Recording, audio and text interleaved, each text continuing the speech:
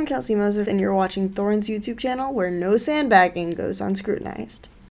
Right, when you came to the winter split, remember guys, we switched to like an OGN type format now where we have the 3 mini splits into a season finals and then you go to worlds, right? When you had this winter split, actually this team looked good immediately, like everything was going great. You obviously made the final. People will know G2 basically was like the unbeatable force, so no one really thought you should do it, but actually to be second even in the league where, remember, people did have hype for a lot of other rosters. There were so-called super teams floating around the league and you've had to pick up players and thought you were going to lose people. This must have been a fairly good split for you, right? Yeah. I mean, winter was just good for the most part. I mean, like the overall experience of being in this team was by far the biggest roller coaster of any team that I've worked Sure. with. Like Splyce was consistent in that it was constantly on fire. Mad Lions would be on fire for like 4 weeks and everything would be awful, and then we'd have 2 or 3 weeks of being the best fucking team in the LEC overnight, and then we'd go back to everything being on fire. It was vexing. Let's talk about obviously, here's what's funny. If someone, again, this is where Wikipedia won't help you, mate. If you go and look up, you'll go, wait, they won the spring split. That doesn't tell the story at all. Like, bro, if you want to talk about a fucking moment, like I was giving you that one at Worlds, there's a more ridiculous one here. So I'll set it up for you. So you come in as the second best team on paper in LEC. Obviously, remember, even within the mini splits, we have this 3 system. You start in BO1s, you play 9 of those. Then you play in the group stage, which is GSL 14 group. And then you go to the playoffs, which is 4 teams, double a limb, right? With 1 match in the upper. So this is the way the season went. The team did so badly in the BO1s, you had to win a fucking tiebreaker against, sorry, Peter, a fucking appalling Team Heretics that should have no business ever even been a chance to go there. Then in the group stage, it even then looked shit because there was that low bracket game where if Reckless literally hits the Nexus, you're probably just out. Like, there is no championship here. There's no Worlds. Forget about it all. The whole season, by the way, essentially goes into the bin potentially, like off that one play. And then winning that one match somehow is like, this is one of the craziest parlays I've seen ever, mate. But it did, once you got to the playoffs, follow the path of winter, which is that in the lower bracket, you just smurf through teams. So give me some sense of this. This one split has to be the most bonkers roller coaster I've seen in years, mate. Yeah. You won it. Remember, everyone was saying that famous thing of like, bloody Mad Lions is going to qualify to MSI without doing anything. The system doesn't work. It's broken. And then you obviously beat G2. So, and then won the whole splits. How did it happen? There must have been some crazy story behind the scenes. What happened? Come on, mate. So the way this team worked was that you have how many guys? 4 guys that talk a lot, and then Chasey. And those 4 guys almost never, throughout the entire year, agreed on how to play League of Legends. I know.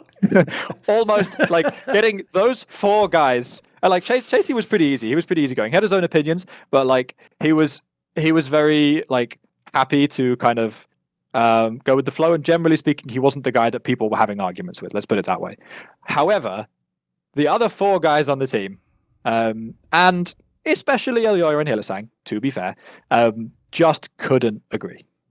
They just could not agree on what good League of Legends looks like. Like, when we have a 5k lead, do we start Nash? Do we siege their base? Do we wait for Dragon Soul? Do we like fucking dive them on their mid T3 for no reason whatsoever and lose the game for fun? Like, these are all valid options, and we have 4 different people doing 4 different things and arguing about them in the middle of the game. Like, literal arguments happening in comms in the game that I would like run into the room and shout at people for in the middle of scrims if it ever happened in scrims. Like, I would pause the game and be like, guys, please, like, come on.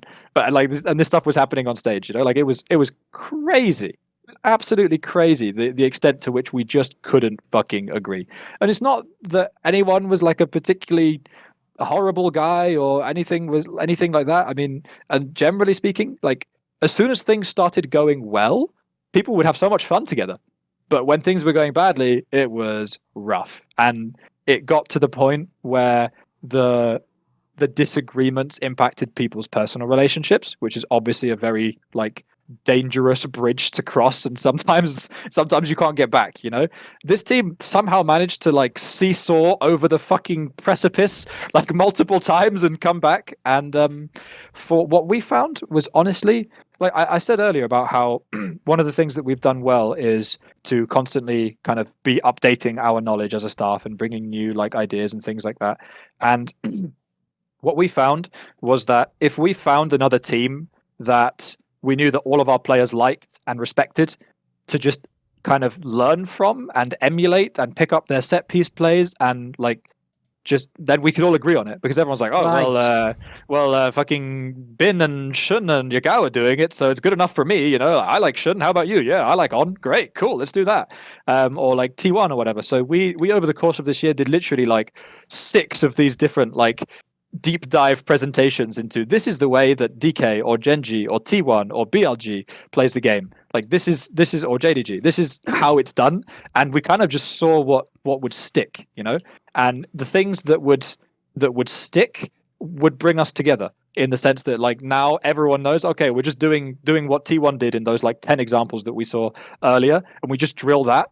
And even if that gave us like a framework, right? It gave us, because normally when you have discussions about League of Legends, they get very black and white, in the sense that like this is better, no, this is better. And the reality is that the game is incredibly nuanced and mercurial and changes every patch and changes with composition, and like the correct answer, if there even is one, which there often isn't, is going to be very different in different situations. And when we were able to actually go and look at other teams and break down some of their decision making about like, well, here, do you start Nash or do you wait for Dragon? We were able to kind of find this framework of like conditions and kind of guidelines and things that would stop people from going in opposite directions. And when they were going in the same directions, they were really fucking good.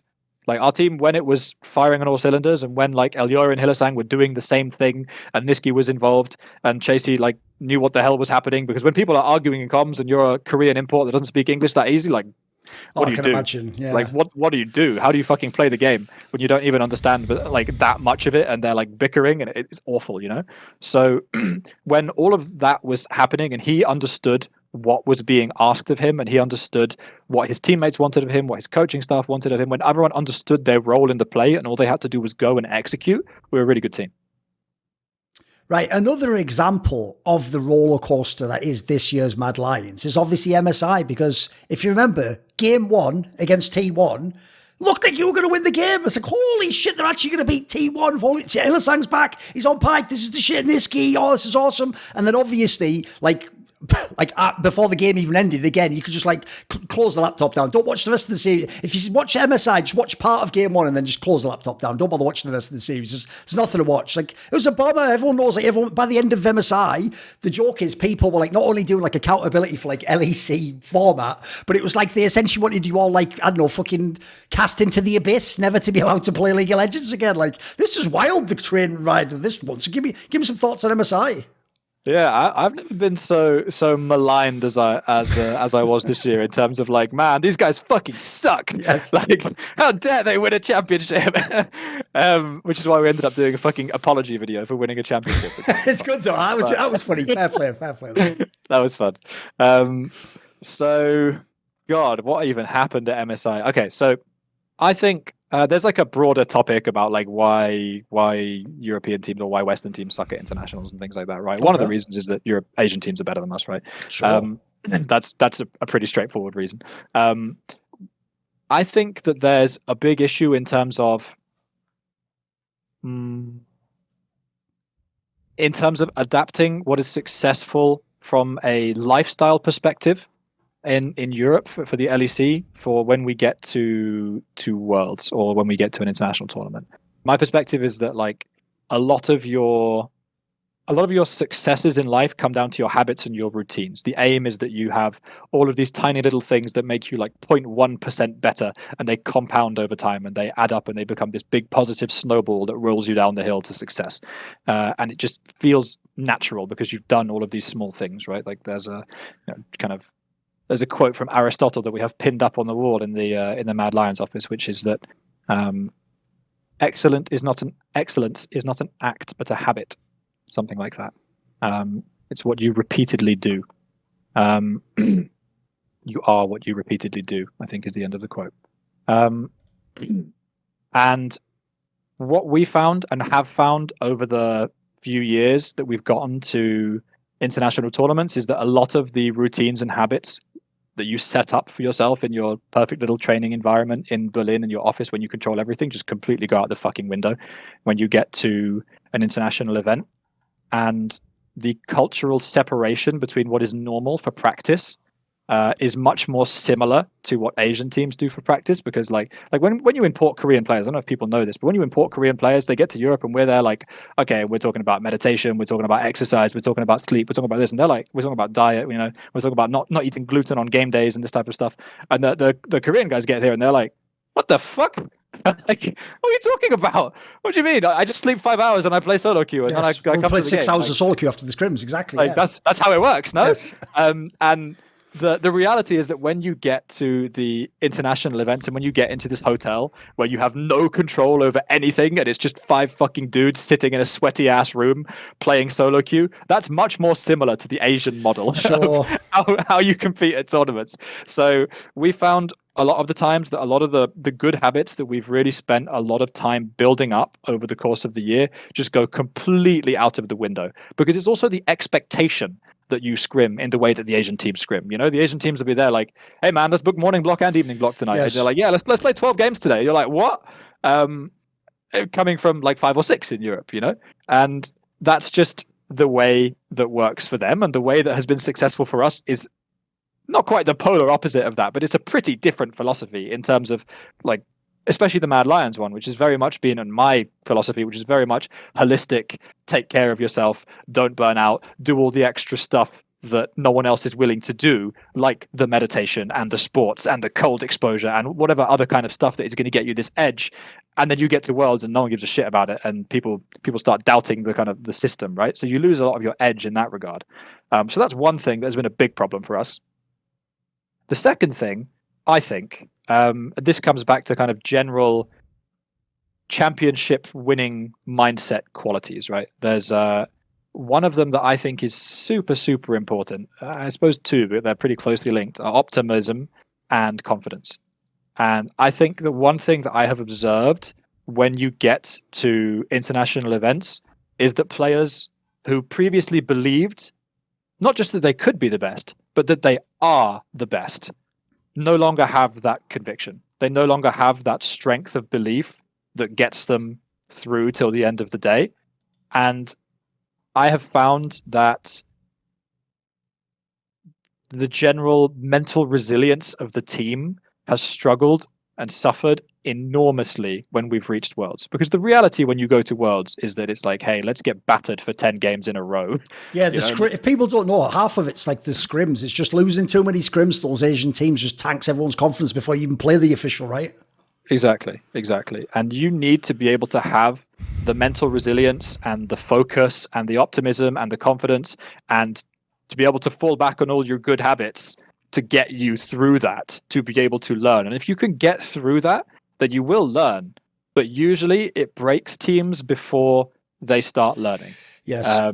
That's kind of been my experience. And that's very much what has happened to a lot of our rosters when they've gone international. I think that's a pretty universal experience, frankly. So I think a lot of it comes down to mental resilience. And because of all the things that I've mentioned, going back to Mad Lions specifically, because of all the things that I've mentioned about the way that our failures impacted our ability to actually get on with each other, to be able to talk about the game in a constructive way, to not have arguments, to like not encroach on people's personal relationships, those, like, we really lacked that mental resilience, and those failures hit us so hard.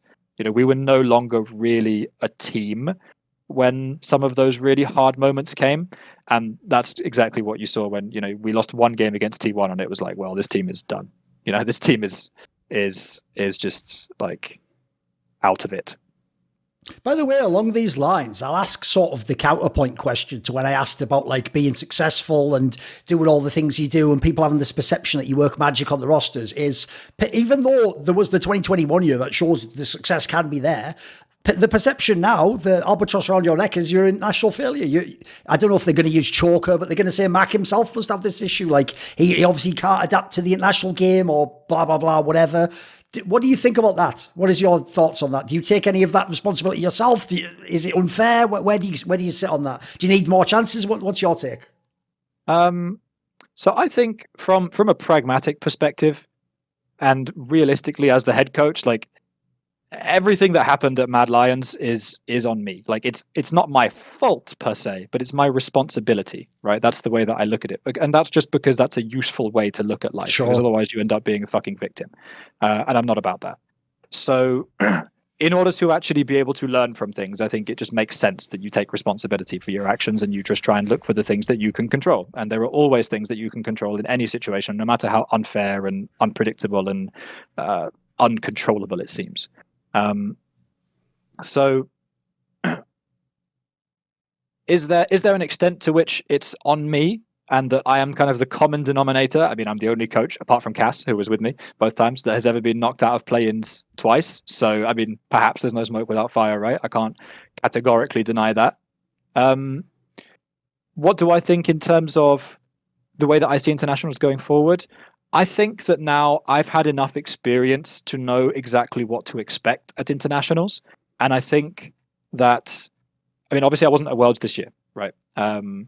Because I was at home because my child was being born, which some people think was very irresponsible of me, which was a great take. But the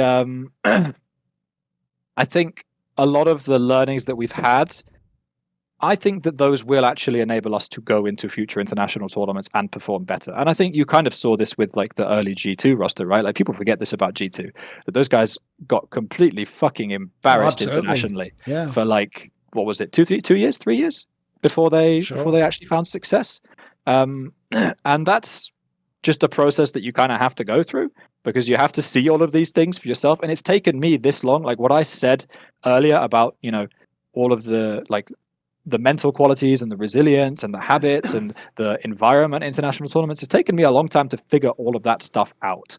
And I think we are now at a point where I think this year on Mad, I mean, it didn't show in terms of results, to be fair, but I think in terms of the, like, you know, just because you have the right setup and the right environment, that doesn't mean you're going to succeed every time, but it's going to give you better chances. And I think we gave ourselves the best possible chances that we could this year in terms of how we set up our practice regime, our boot camp, how we took care of people's individual habits and their routines, and how we provided people with the resources and the tools that they needed in order to keep going in a similar vein and keep the team operating in the same structure and the same kind of format, the same practice environment, the same everything that we had done in Europe. And that helped. So I think there's an extent to which I'm definitely hopeful for doing that again in the future. For the summer split, I have to set it up again because this is another... You're right, the best term is just roller coaster for Mad Lions this year. And there's never just a bloody like continual streak of like, oh, cool, we've got like this is consistent, I can work with this. It's like one week to another, it's crazy. So if people don't know, the team won the first 4 games of the split, including beating all the best teams in theory. Right? So banging, awesome. They're back from MSI boys. And then after that, went on a 9-game losing streak, even though you even actually got like that group you got was like mad doable. It was like the lucky group basically. So when this happened, I remember one of the reasons why a lot of people didn't give up on Mad Lions, bizarrely actually, is because people told me, no, you got to know the narrative though, Thorin. Remember, Mac's style is when he knows that like he can take a break, he gives his players a breather, doesn't he? Because if you remember, this wasn't for Worlds, but you were already in the season finals because of the results before. So the perception was, aside from if you're good enough to win the league, and spoiler, at the time, nobody could beat G2, the perception from the outside was, is he going easy on them or is he just not bothered that they're losing? Is this essentially like a mini vacation? Because obviously,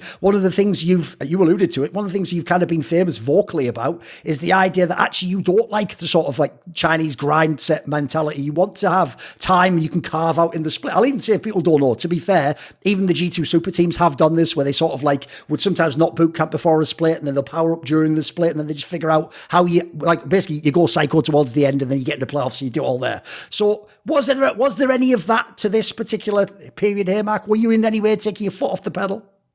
While that was something we did in 2021, In 2023, that was not the case. In fact, in 2023, it was something around the opposite. And my take on that period is that we went through a phase where we had kind of, we had not just in-game philosophy disagreements within the team, but we also had philosophical disagreements about the way that a team should be run, in terms of this is how feedback should be given, for example, was one thing that we discussed about a lot, right? And I'll take a brief kind of side note here to complain about something that always pisses me off, which is that the number of people that I have worked with over the years that tell me that they want hard feedback and then cannot take it, of course, is classic, unreal. Yes. Like there is only one player that I have ever worked with who says that he wants hard feedback and actually wants it, and that's Odoamne. He actually loves it. Yes, he likes to be filmed. Yes, exactly. Yes, he wants you to bash him over the fucking head and tell him that he's shit, and then point out exactly why he's shit, and then he'll be like, "Thank you."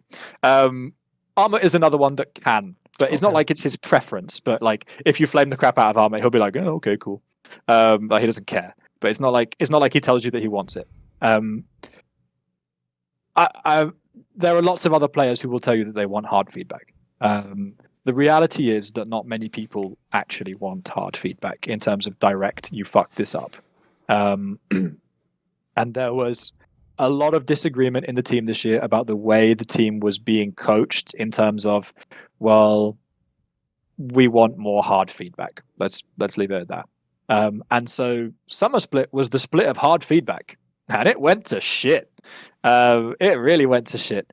And I'll be straight up. It's not like I'm the best coach in the entire world at giving hard feedback, but I wasn't there alone. You know, there were 4 of us.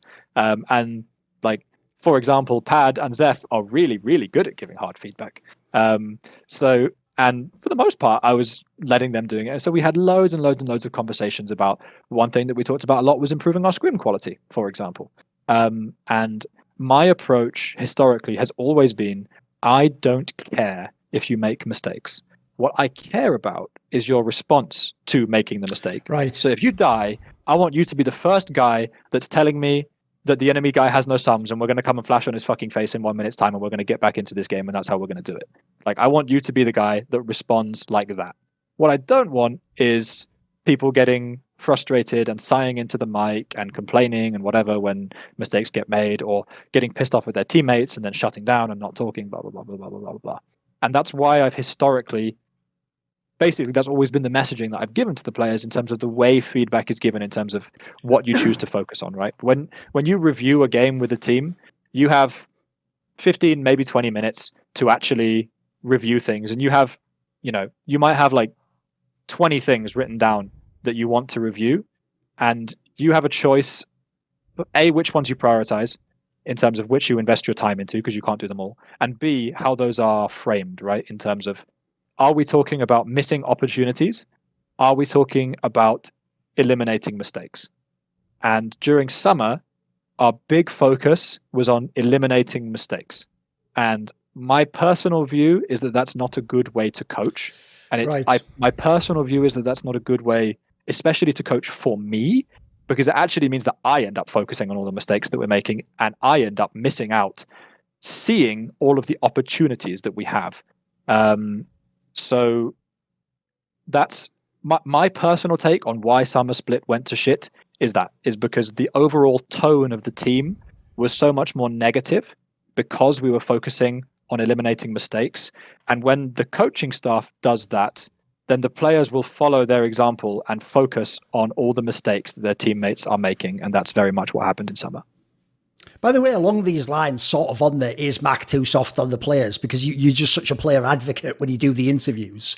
Is when you said earlier in Splyce about like arguing back and forth, like, are you someone where, like, on camera you always present as a very like mild-mannered individual, very even-keeled, etc. In a scrim session or in a player whatever review session or whatever it might be, are you someone who do you argue with people sometimes? Do you ever shout at people? I'm stubborn, but I don't like conflict. When it comes to like this thing in the game that we disagree about, like I strongly believe that this is the right way to play out this situation, or this is what we should do here, or whatever it is. I'm very, very, very stubborn. Like I have strong opinions, and I will happily sit there and argue about it for like an hour. And that's how some of the best relationships I've had have been formed. Right, that was the basis of my relationship with Cass, my relationship with Humanoid, like. A lot of the people that I've worked with that we've been successful, that have taught me a lot about the game, has just been sitting there and arguing about this is the right thing in this situation. However, when it comes to like, am I a disciplinarian? No. I would much rather.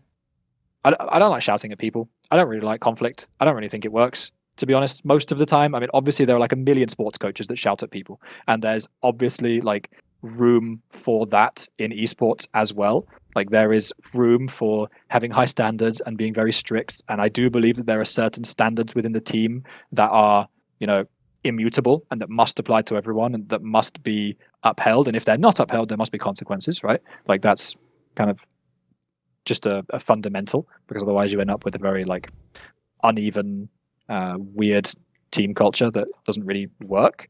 But do I shout at people? No, almost never. Almost never. I would much rather sit down with someone and say, these are the consequences of your actions. This is what went wrong. This is why I think it went wrong. What are you going to do about it? And I tend to find that that's a much more effective way of dealing with people anyway, because usually people, when you shout at them in front of like 10 people, sure, they don't tend to respond that well. Yes. I feel like we already appropriately covered Worlds, so let's just do the season finals, because here's what's funny, right, is this just shows again how wild this narrative is, how it's just like some soap opera with a cliffhanger every week that you don't have to die or do they make it, whatever. Like, the joke is, one of the things people might know about my content the last few years is, especially with LFN, obviously we have a betting sponsor, so we do betting stuff as well, where we don't just analyse the game, we then do like, who are we going to put our money on, etc. If people don't know, even though people might say I'm terrible at the fucking analysis on the shows, I'm actually really good at the sports betting, because what people don't know is I understand it's a totally different world, and I don't actually use my narratives and what I do on the shows. I just do it by the odds, dude. I literally just go by the odds. I do it mathematically, essentially. So what I used to always say is, right, I thought like the angle before was you don't bet against Mad Lions. And what I've learned is you just don't bet on Mad Lions. That's what I've actually learned now, because this is the one that really showed me like, fuck me then, I guess. I can never just be right then, because the whole split, remember, you come into the year, the roster's not supposed to look that good. Everyone's heard there's this like drama in the off-season. You come second place, what the fuck? Okay, I guess they're good now. Then you just bomb in the spring until suddenly then you do a miracle run and come all the way back. Right, well, fuck me again then. Let's take a load more L's. Then in the summer, believe it or not, I was trying to buy that narrative, like, I'll turn it around, they'll get it back together. I was on that 9-game losing streak with you boys. It wasn't good. So finally, the season finals comes. I go, right, what's so good now, isn't it? They're playing XL, so fucking that's it. They're out. Definitely we can't predict Mad Lions is going to do anything here. They look shit, and this is a perfect time for like XL's on a heater. They'll get rid of them. Remember, Fnatic would be the low bracket one. They're the other team that's sort of on the rise again. Like all the stars are aligned for you to not even make it to Worlds. And then suddenly Mad Lions actually plays fucking well and actually looks good. Like, how did you guys get to Worlds? We found BLG. Okay. We found BLG. BLG was like the best possible mirror for our team that you could ever find in terms of like. Right. I do know people have often said that Niski's a bit like Yagao, to be fair. He has that sort of quality, right? Yeah, definitely. I think it's a fair comparison. I think so. You have top to bot, you have a top laner who is really, really side lane focused, great mechanically, really like good playing split pushers, plays a lot of the carry-oriented champions super well. Excellent laner when he's just left isolated 1v1 with people. By the way, Chase is probably not going to be an LEC next year. Fucking disgrace. The kid's so good. Then you have a jungler with like a carry-oriented champion pool who is usually really happy when he's being dropped to second round and can get to pick some wacky shit like Kha'Zix or Nidalee or whatever it happens to be, right? Shen plays the Kindred and all this type of stuff as well. So you have that. Then you have a mid laner who tends to be more a facilitator, but has his like specialized champions. And typically what Yagao will do on a patch is he'll pick like somewhere between 3 and 5 champions and just play those. And because of what we've mentioned earlier about Niski's work ethic, he's a really good player with that approach. So it's not that Niski can't play X or Y or Z champion. It's just that Niski needs time to be able to go and like fucking work at it and figure it out. And when he does, he'll be able to play it for sure. And that's what he did. So, we kind of narrowed down his champion pool and like settled on those. And he very much filled the same role that Yuga was playing. And by the way, it's not like Yuga was just a support. Like the guy also plays like LeBlanc and Azir and Jace and stuff like this, which Niski also did. And then you have Elk is a hilarious mirror for Kazi because that guy is also like of the players who deal the most damage in the world.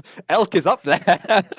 He's a great mirror for Kazi, and then On is also like in terms of the way that he sees the map, such a fantastic mirror for Hilly. He definitely hints a bit too. Definitely hints a bit too. We started to, whenever Hilly would come out of a game, we'd be like, Hilly, were you on or off this game? There you go. That's a good one. And he loved it. Yes. He loved it. And yeah, like On is a player that is incredibly good at creating kind of interference and chaos and disturbance in order to buy time for the other players on the team. And like something about Hilly, like if Hilly dies in game and he knows that his death just benefited one of his teammates, he will literally be beaming from beyond the grave. Like Hilly's drug is dying for his team. Like if he can die for his team in a way that helps us win, he's the happiest man alive.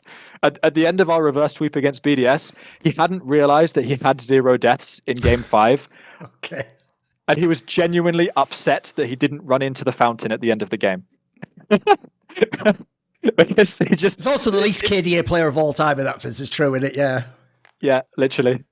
So BLG, like we found something that we could really get behind in terms of, and I like went to the players and was like, you really like BLG, right? Yeah. I love BLG. I think this guy's great. Okay, great. You really like BLG as well, right? Yeah, I really love BLG. BLG's great. Okay, nice. And then we showed them as much as we possibly could about the way that BLG views the game. And really tried to break it down and really tried to emulate some of the things that they were doing. And BLG is a very unique team in terms of the style that they play, and that style happened to fit us very well. And it's a style that, like, I don't really think anyone else in the world plays like BLG. And the fact that we were able to emulate it against XL, like those guys, just didn't know what to do against it. Like it was so weird. Like we had one of these like classic Mad Lions from like 10k down games where we just kept killing them over and over again and like kept cross mapping them, and they didn't know how to respond, right? Because it's such a unique style and it was such a big departure from our normal style, because our normal style was basically group up and fight you to the death. So that really brought the team together. Right. Obviously, if you think about how the Worlds went and the fact that you weren't there, right? I actually have a quick question along those lines, because it does tie into this whole thing of the idea that you give players a break and that you have a different perspective and you're very player focused, right? When you say that there, I can totally understand your perspective on this, right? It's actually where we're a little bit different, because here's the problem. I would say it would depend where I was in my life if I would do it your way, because I will say the expectation is that if you are a professional sportsman, like spoiler, if you know any of those people like Alex Ferguson or dude, they missed like the birth of their children. They missed the fucking first. They missed everything if they win the European Cup or whatever. Because unfortunately, and their families have to know this, I'm sorry, they're really in love with football. You know what I mean? And then they have a family on the side, and that's like cool. Like maybe the upside for the families, you get live in a mansion and nice school and stuff. But your dad isn't going to be there, right?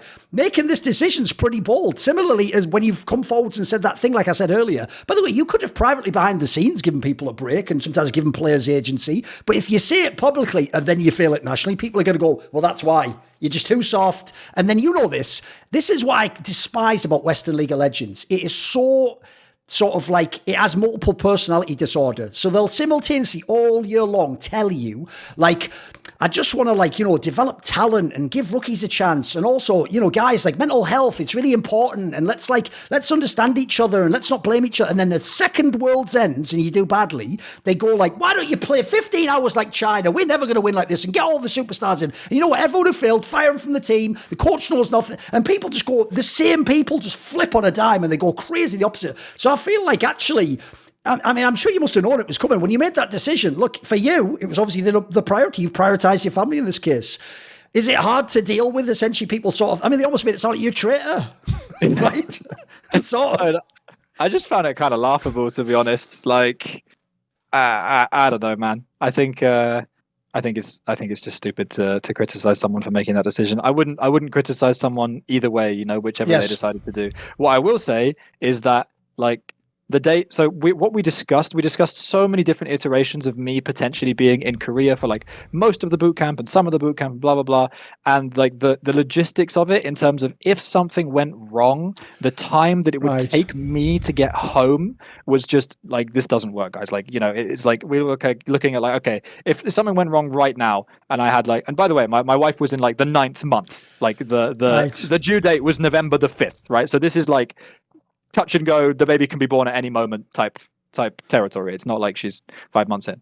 And like if something goes wrong, we're looking like, okay, if something goes wrong right now and I have to book a flight home from Korea. By the way, remember, people forget this as well. Because of a certain Eastern European conflict, the flights all take longer now. You can't fly over that. That used to be the route from Europe, went over that particular mountain range into China, and then you arrive in Korea. Like all the flights are all crazy now as well, right?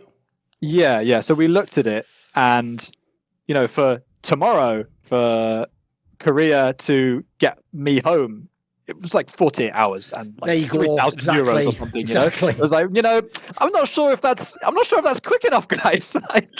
And crazily enough, the day that I was going to be in Korea, but eventually decided not to, my wife went into hospital.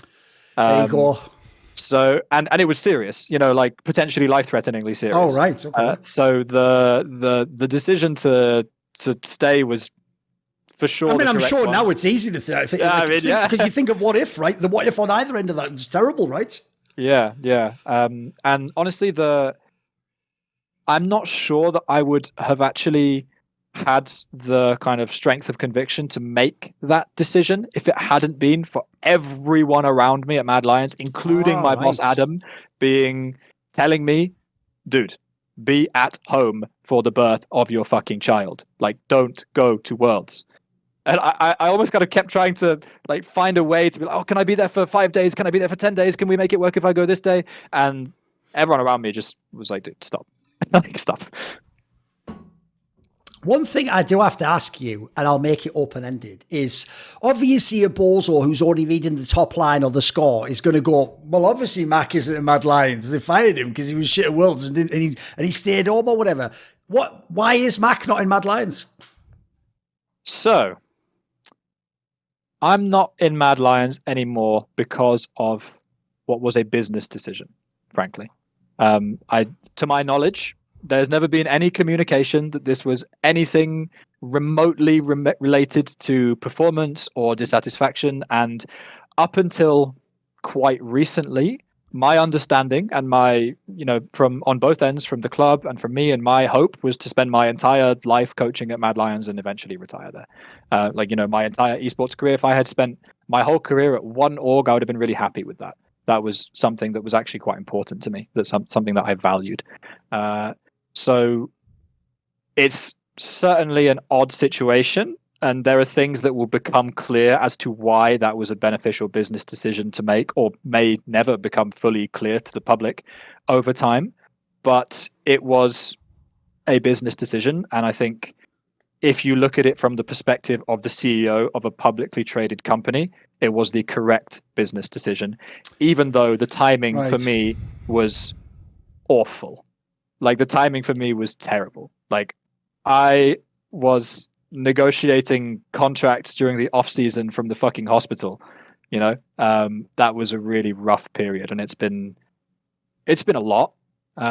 We got through it, and I think next year is still going to be a good year for me, and it's going to be a year where I get to keep competing, which is what I wanted to do. And I'll be clear that Mad Lions also, I mean, there's an extent to which they can't do anything about that because I had a contract that is protected under German law. So I could have stayed, I could have stayed and got paid my salary and just kind of done whatever work. By the way, if people saw my video earlier this year about Excel and what happened with them, I just want to make sure anyone watching this, if you're a player in Europe and you're in ERLs or LEC, listen to what Mac just said and watch that video. Because basically, if you sign like a 2-year contract and then they bench you after one split, I don't care what they tell you, they cannot make you end that contract. You can only willingly sign a release and end it. Like, you can sit there the whole time and get the rest of your, whatever your salary stipulations for the rest of the 2 years. Like, that is a real thing. It's just how Germany works with labour laws. So I hope more players actually are aware of that, because I've heard a lot of people, by the way, behind the scenes sort of, they just get coerced, or the person makes it seem scary and then they just give up, you know. So there's battles that can be won, I'm telling you, literally legally, guys. Anyway, just an aside I thought I'd throw in.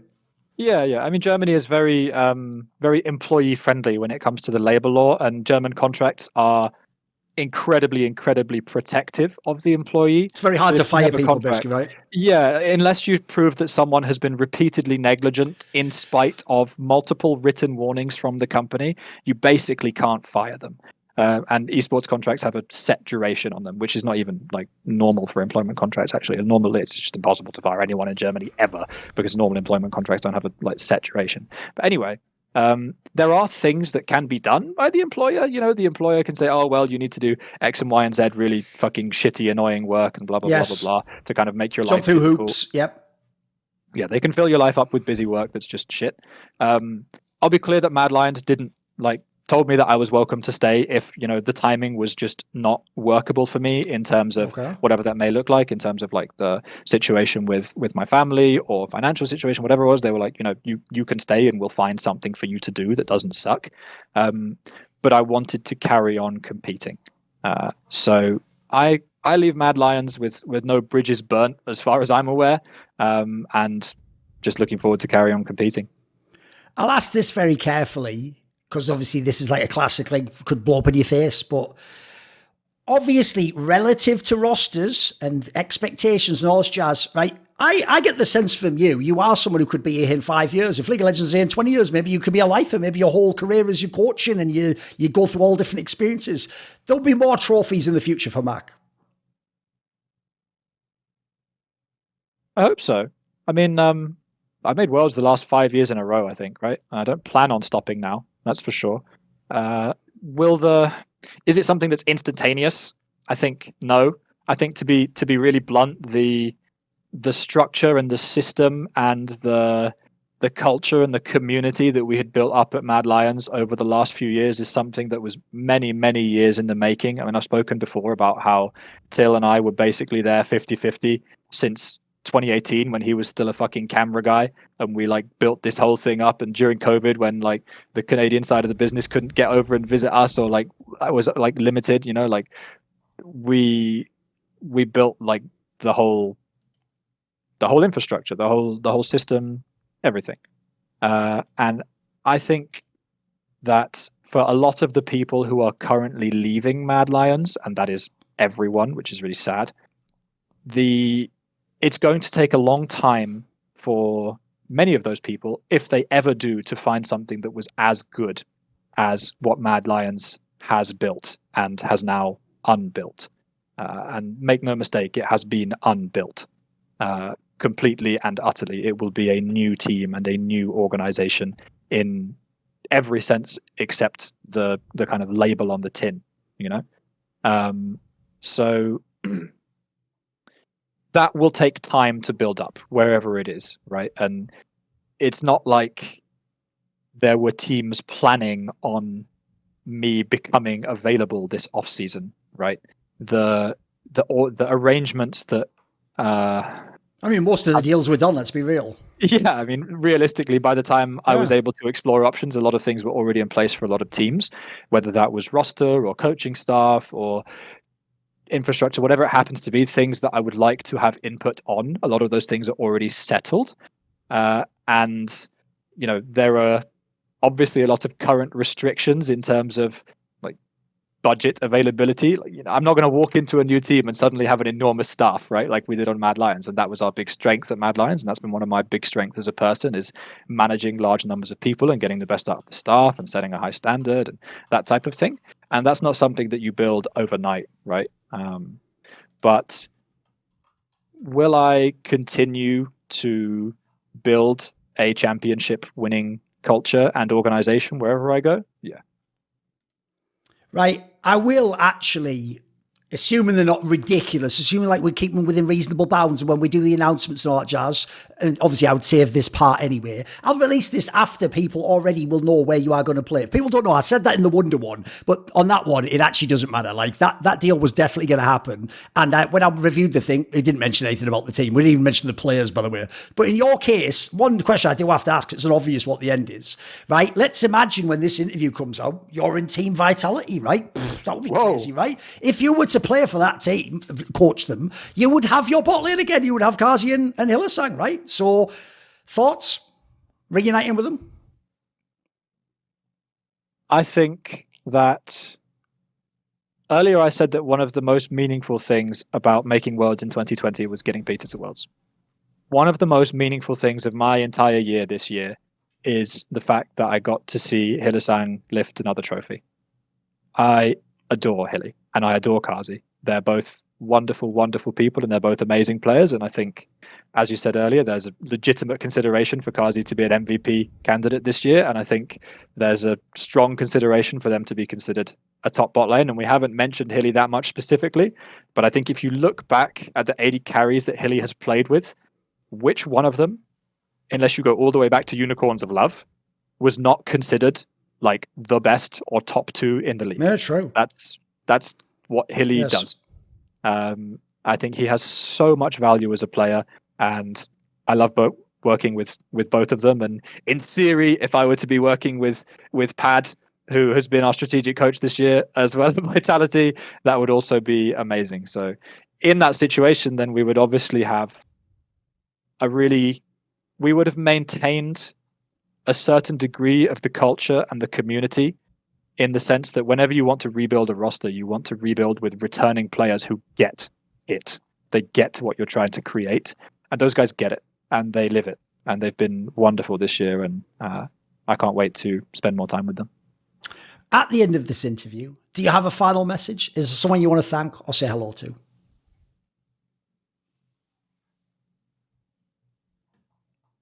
I think I've been very torn about how to kind of leave things publicly with Mad Lions,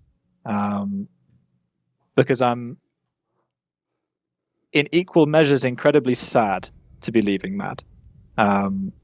Like it's been pretty heartbreaking having to leave. You know, not that I necessarily hold it against them from a logical perspective, but from an emotional perspective, I very much feel like I'm having my home taken away, and that hurts a lot. And it's something that I kind of built with my own hands, you know, and that's been really, really tough. At the same time, there are still people who are going to be working there who are some of the most amazing people that I've ever worked with, and who I would work with again in a heartbeat, and who I hope to work with again in the future, and who I hope to count on as dear friends for many years to come, if not the rest of my life. So I think in terms of a message to leave to people, the big message, you know, I could give a message to the fans and thank them because they've been amazing, and you know, all of the generic things that people do, which I will do. But really, for the people who are kind of not in the limelight at Mad Lions, those are the people who I'd really like to express my gratitude to. People like Till, our director of operations, or director of Europe, I can't remember his title, it's changed so many times. Eric, our team manager. Jake, our performance manager. Bayer, our chef. Like all the people who don't get that much attention. Martina, our psychologist who works behind the scenes, who's supported me so much throughout the years. Like it's really difficult to leave it all behind now when I'm having a child, because I was actually so excited to bring up my child around those people. And that's something that I'm really heartbroken not to have access to anymore. However, those people will still be around. They'll still be in Berlin. And I hope to be spending lots of time with them, with my family in the future. So to those people, I would like to express as much gratitude as a person can. When I make content, it isn't just me, the mic, and a guest or a topic. It's also me with the support of my whole crew. Who's that, you might ask? The Skrilluminati. That's who. They include Frisky, Matt Pugnaccio Racula, Ahmed Hadju, Tosh, Tobias Bernasconi, Jensen Gore, Animosity, Toucan, and you know it if you've heard it before, but if you haven't, a special thanks goes out to my main man, Jerky's Minion. Well, if you want to know upcoming topics and guests I'm going to have on my channel, maybe you want to ask me a question to answer in an AMA in video fashion. Do you want to hear one of those long discussions and actually be part of it and be able to ask me questions? Want to find out who I'm going to interview next? If any of these perks or more appeal to you, put your money where your mouth is. Join the Scrolluminati today via the Patreon link in the description box below.